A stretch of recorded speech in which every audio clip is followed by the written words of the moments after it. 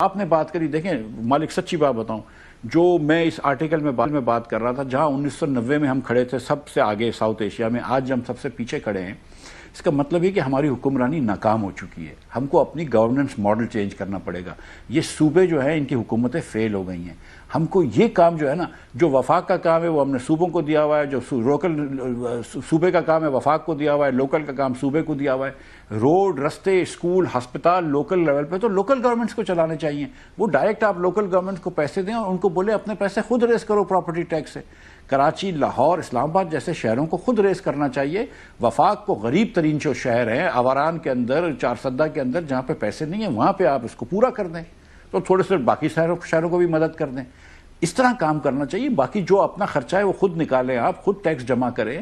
اور یہ آپ نے جو بڑی بڑی حکومتیں کری ہیں، دیکھیں اتنا ہم کو کہا تھا سیکریفائز کرنے کا، آپ نے کہا 150 ڈالے سندھ حکومت نے ہر اسسٹنٹ کمشنر کے لیے خرید لیے، اس کے بعد پنجاب حکومت نے 100 گاڑیاں خرید لی، ایف بی آر نے 1300 گاڑیاں خرید لی۔ تو ایک طرف ہمیں کہا جا رہا ہے کہ کمر کس لو، سیکریفائز کرو، ملک کو ضرورت ہے، اور دوسری طرف جو ہے وہ ہزاروں گاڑیاں خریدی جا رہی ہیں۔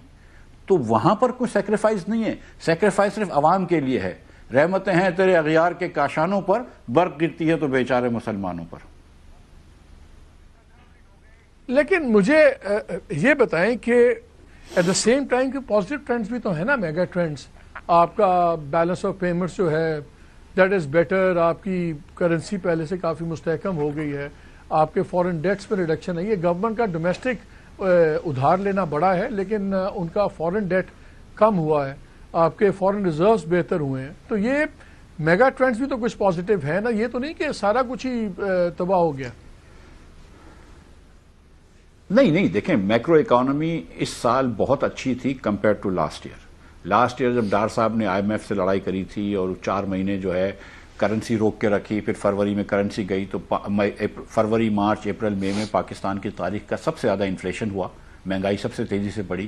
اس کے بعد جون میں ڈار صاحب کو چھوڑ کے شہباز صاحب گئے، آئی ایم ایف سے اگریمنٹ کیا، پھر کیئر ٹیکر نے کیا، اور اورنگزیب نے بہتر کام کیا، اس میں کوئی ڈاؤٹ نہیں ہے۔ لیکن جو بھی اچھائی آئی ہے، سچی بات میں آپ کو بتاؤں، وہ انٹرنیشنل صورتحال چینج ہونے سے آئی ہے۔ دنیا میں خام تیل کی قیمت جو ہے وہ کم ہو گئی ہے۔ جب میں وزیر تھا مثال کے طور پر، تو $120 پر بیرل آئل تھا، آج آئل کا بیرل $70 ہے، جس کی وجہ سے آپ کا پیٹرول سستا ہوا، جس کی وجہ سے آپ کا ڈیزل سستا ہوا۔ اور دوسرا کہ آپ نے شرح سود اتنی رکھی تھی تو اکانومی کو آپ نے ایک دم سلو کر دیا۔ جب اکانومی سلو ہو گئی تو آپ کا ڈالر کی ڈیمانڈ بھی کم ہو گئی، ڈالر کی ڈیمانڈ کم ہو گئی تو آپ کا روپیہ بھی اسٹیبل ہو گیا۔ یہ سب چیزیں ہوئی ہیں، لیکن انہوں نے کچھ نہیں کیا، کوئی بھی ایک پیسے کا انہوں نے کوئی اصلاحات نہیں کری ہیں۔ وہ جو دنیا میں آئل کی قیمت کم ہو گئی، ہم کو فائدہ ہو گیا، خدا نہ خواستہ، اور یہ تو چیزیں اوپر نیچے ہوتی ہیں۔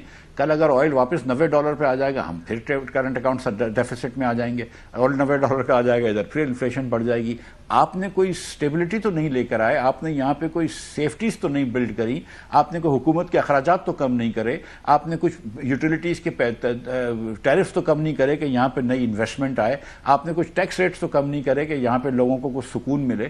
آپ یہ دیکھیں نا کہ مائکرو اکانومی جو لوگوں کی ہے، میری اور آپ کی جو اکانومی ہے، پاکستانی عوام کی ہے، کیا وہ بہتر ہوئی ہے؟ یہ حکومت کہتی ہے انفلیشن ریٹ کم ہوا ہے، آپ مارکیٹ میں جا کے دیکھیے کہ کیا آپ چیزیں آج بہتر خرید سکتے ہیں؟ کیا لوگوں کی قیمتیں خرید کم نہیں ہوئی؟ 3 سال سے اس ملک کے اندر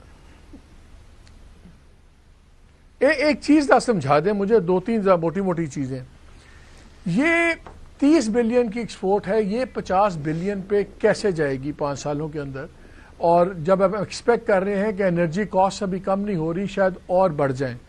پھر ایک فگر ہمیں دیکھتے ہیں، وہ کہتے ہیں جی لارج سکیل مینوفیکچرنگ میں بڑا ڈپ آیا ہے، لیکن اسمال سکیل انڈسٹری میں بہتری آئی ہے۔ ہمارے یہاں تو 70 سے 80% اسمال سکیل انڈسٹری فیڈ کرتی ہے، سپلائی کرتی ہے لارج سکیل انڈسٹری کو۔ تو اگر لارج سکیل مینوفیکچرنگ گر رہی ہے تو اسمال سکیل اوپر کیسے جا رہی ہے؟ ایک تو میرا سوال یہ ہے، because I can't reconcile these two, ایک یہ میرا فگر ہے۔ سیکنڈ، آپ بھی وزیر خزانہ رہے ہیں، گورنمنٹ سپینڈنگ میں جو ادھار کے اوپر 8.5 ٹریلین چل رہا ہے سال کا، کتنے فیصد، اگر 10% بھی کمی کر لیں، کیا 10% گورنمنٹ ایکسپینس اپنے آرام سے کم کر سکتی ہے کہ نہیں کر سکتی؟ یا 2 باتیں بتائیں مجھے۔ جی دیکھیں، 10% اگر آپ نے 8,800 ارب روپے سے آپ 8,000 ارب روپے سے آپ 10% کم کر سکتے ہیں، 8-10% آپ کم کر سکتے ہیں، یہ آپ 1,000 ارب روپے آپ آرام سے کم کر سکتے ہیں۔ میں آپ کو بتاؤں سیریسلی کہ یہ انہوں نے 1150 ارب روپے اس پہ رکھے ہوئے ہیں پی ایچ ڈی پی پہ، آپ 650 ارب روپے تو پی ایچ ڈی پی پہ کٹ لگا سکتے ہیں، اس پہ کوئی بڑی بات نہیں ہے۔ 650 ارب روپے تو پی ایچ ڈی پی آ سکتے ہیں، پی ایچ ڈی پی کو لے آؤ 400 ارب پہ۔ لیکن وہ کہتے ہیں، لیکن مفتاح اس پہ وہ یہ کہتے ہیں کہ اگر پی ایس ڈی پی ہم اس لیے کرتے ہیں تاکہ اکانومی میں ذرا موومنٹ آئے، وہ اس سے ریلیٹڈ انڈسٹری چلیں، وہ اس کو اس اینگل سے جسٹیفائی کرتے ہیں۔ اس کے چلیں وہ بھی دیکھ لیتے ہیں نا، پی ایچ ڈی پی کے لیے جب آپ پیسہ خرچ کرتے ہیں تو آپ یا بینکوں سے ادھار لیتے ہیں یا لوگوں سے ٹیکس لیتے ہیں۔ اگر وہ لوگوں سے ٹیکس نہیں لیں گے تو لوگ وہ اخراجات کریں گے تو اس سے انڈسٹری چلے گی، معیشت چلے گی۔